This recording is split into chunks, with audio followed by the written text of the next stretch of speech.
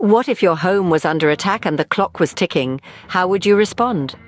That's the question Israel's war cabinet is grappling with after a recent attack by Iran. The cabinet, a group of top-ranking officials, is buzzing with heated debates over the best course of action. The timing and scope of their response is a key point of contention. There's a sense of urgency, with some members, like Benny Gantz, pushing for a swifter retaliation. The fear is that any delay could make it harder to garner international support, but it's not just about military might. The cabinet is also contemplating diplomatic strategies to further isolate Iran globally. Yet, despite the pressure, Prime Minister Benjamin Netanyahu is holding back on a hasty decision. Other nations too are cautioning Israel against escalating the situation with a military response. It's a delicate balance of power, a chess game where every move could trigger global repercussions. As the war cabinet convenes, the question remains, when and how will Israel respond? In any decision-making process, key players shape the outcome. So, who is leading the charge in Israel? On one side of the debate, we have Benny Gantz, a key member of the war cabinet. Gantz is pushing for a swift response to Iran's attack. His belief is that the longer Israel delays its response, the harder it will be to gather international support for any action taken. He's advocating for speed, for a show of strength that sends a clear message. On the other side of the conversation, we find Prime Minister Benjamin Netanyahu. His approach is more cautious, more measured. Netanyahu has so far pumped the brakes on making a hasty decision. His stance seems rooted in the understanding that any response, especially a military one, could escalate the situation further. These two differing perspectives create a tense atmosphere in the war cabinet. The urgency of Gantz's swift action juxtaposed with Netanyahu's careful deliberation forms the crux of the decision-making process. It's a high-stakes game of chess, with each move having potential global ramifications. The war cabinet's decision is not just about retaliation, it's about diplomacy, about international relations, about the balance of power in a volatile region. The conversation isn't just about what Israel will do, but when and how they will do it. As the clock ticks, the balance between swift action and careful deliberation could determine the future of the region.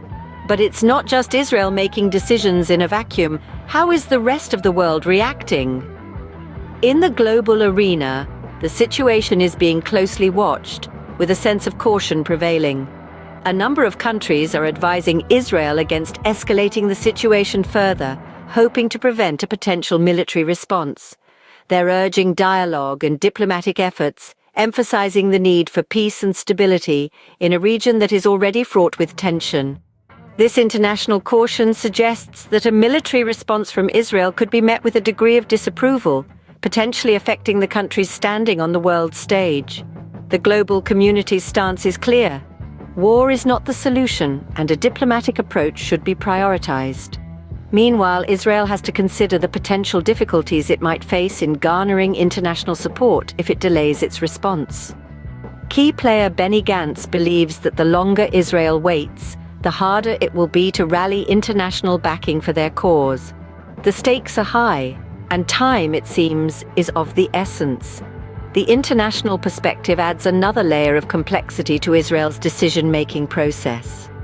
It's not just about how and when to respond, but also about how that response will be perceived by the world at large. With the world watching, Israel's next move could have far-reaching implications. As we stand on the brink, what does the future hold? We find ourselves at a crossroads where every decision holds weight. The current state of affairs is taut with anticipation as Israel's war cabinet deliberates on the appropriate response to Iran's attack.